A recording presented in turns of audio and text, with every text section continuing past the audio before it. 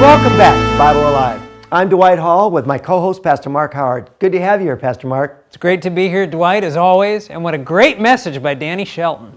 That's right. You know, we've only got to listen to half of it, and it's really touched my heart because it's a message that every one of us should really think about and put into practice, the church rumor mill. If you haven't seen it, we're going to recap some special moments of the last episode, so stay tuned.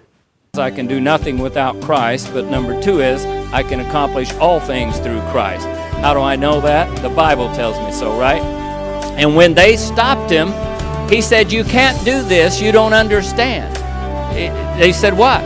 He said, "Danny Shelton and I have to die today. The Lord told me to kill him." I can't imagine how this possibly could have happened, that the angels in the very presence of God could be drawn away. Can you?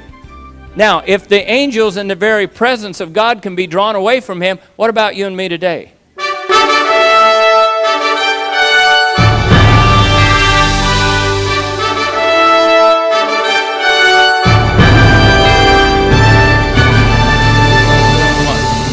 Okay, some of you that way.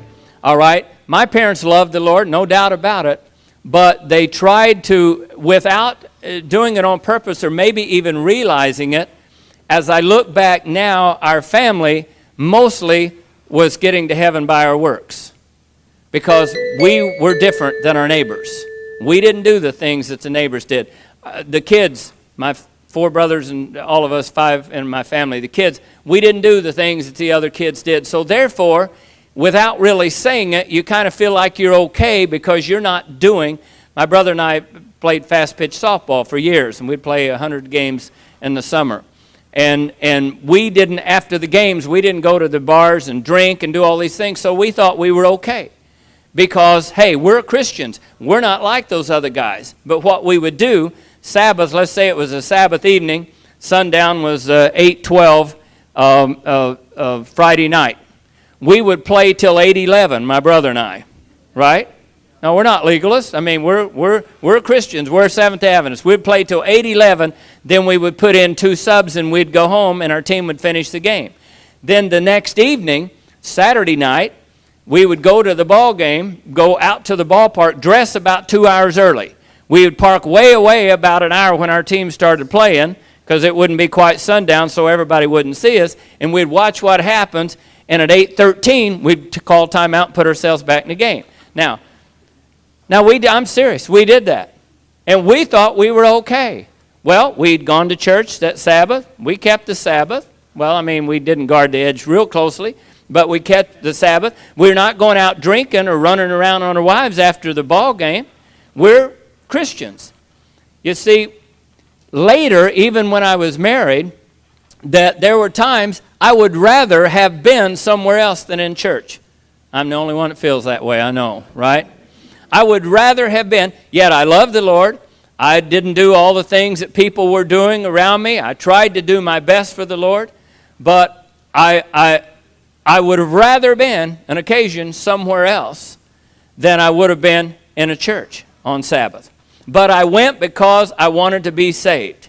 So I said, I need to go because I want to be saved. It wasn't really until my wife Kay, my daughter Melody's mother, was killed in an automobile accident in 1982, June 30th, 1982, that I really became a Christian, that I really developed a relationship.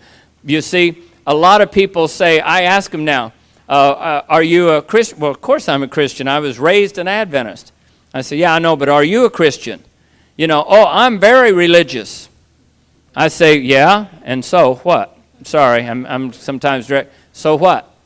And they always are puzzled. Well, here's what I mean by it. I said, so what, you're religious? Well, a person who drinks alcohol, who's an alcoholic, drinks religiously. A person who smokes cigarettes smokes religiously. A person who does drugs religiously. So being religious doesn't mean anything, right?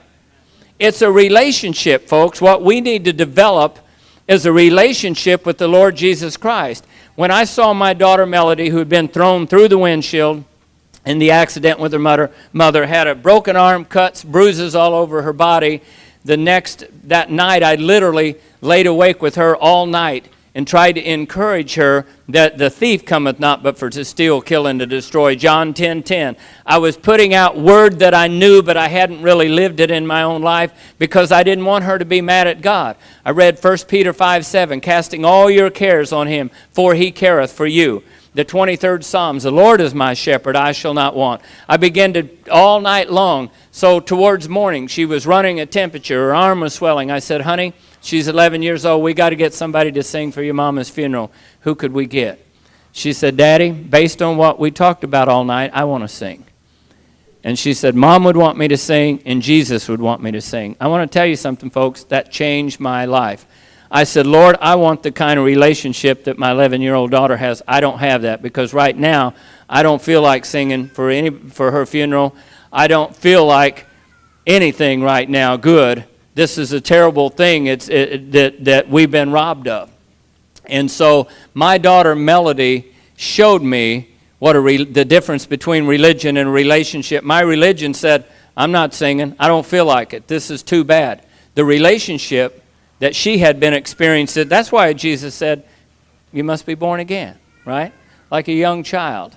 Because her faith and her trust that her mama had taught her and what we had put in there had turned into something that was working.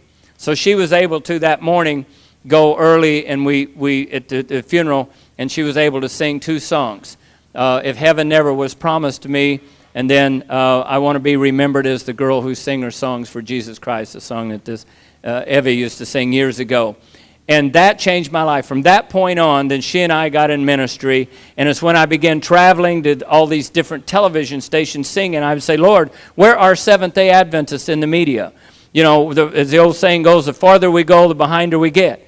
I would go to these TBN stations to sing, my daughter and I, and people would be in the back room, and they'd have all their snacks out, and people fellowshipping all the artists and guests who were going to be in preachers, and they'd say, hey, where are you from? Oh, I'm such and such. What church you go to? Oh, I'm the Church of the Dove, and oh, I'm such and such charismatic. I'm whatever. Hey, brother, what church you from? I say, I'm Seventh-day Adventist. Oh, Seventh-day Adventist. Well, I got a brother that's a cousin that's a Mormon. I say, oh, really? I don't know anything about Mormons. I say, I'm a Seventh-day Adventist. Oh, yeah. You know, I used to work with a Jehovah's Witness. I said, well, I don't know anything about Jehovah's Witness because I'm a Seventh-day Adventist. Oh. And they'd walk away. It happened over and over. I said, Lord, why don't people even know who we are? If we think we have the truth, Seventh-day Adventists think they have the truth, and people don't even know who we are. I mean, everywhere we go, Lord, why doesn't the church build a television stations? We see how effective they are. I saw the prayer lines and saw the responses that people would get as we sang on different television stations. Lord, where are Seventh-day Adventists in the media? And I was really crying out to God on November 14th, 1984. Lord, why doesn't the church do this? And I heard this still small voice that said, I want you to build a television station that will reach the world with an undiluted 3 angels messages, one that would counteract the counterfeit. Now, I knew it wasn't Danny Shelton because I had no idea what that meant. I could argue with you about the Sabbath. I could argue with you about the state of the dead, but I really didn't know about the 3 angels' messages. I had to go read Revelation, the 14th chapter. I had heard enough about it, of course, but the extent of what's so different, I thought just preaching the Sabbath was it.